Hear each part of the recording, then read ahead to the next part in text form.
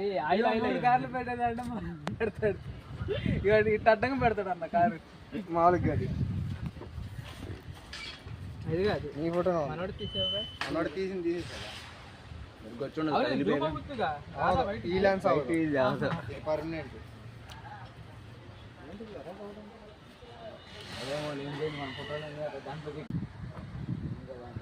మొత్తం ఇప్పుడు అందరూ చెప్పింది అంత అయ్యింది మళ్ళీ అన్నయ్య ఏం కంటారు ఆయన వీడియో తీసుకుంటే ఆయన ముందే స్టేటస్ పెట్టుకుంటారు కావాల్సి స్టేటస్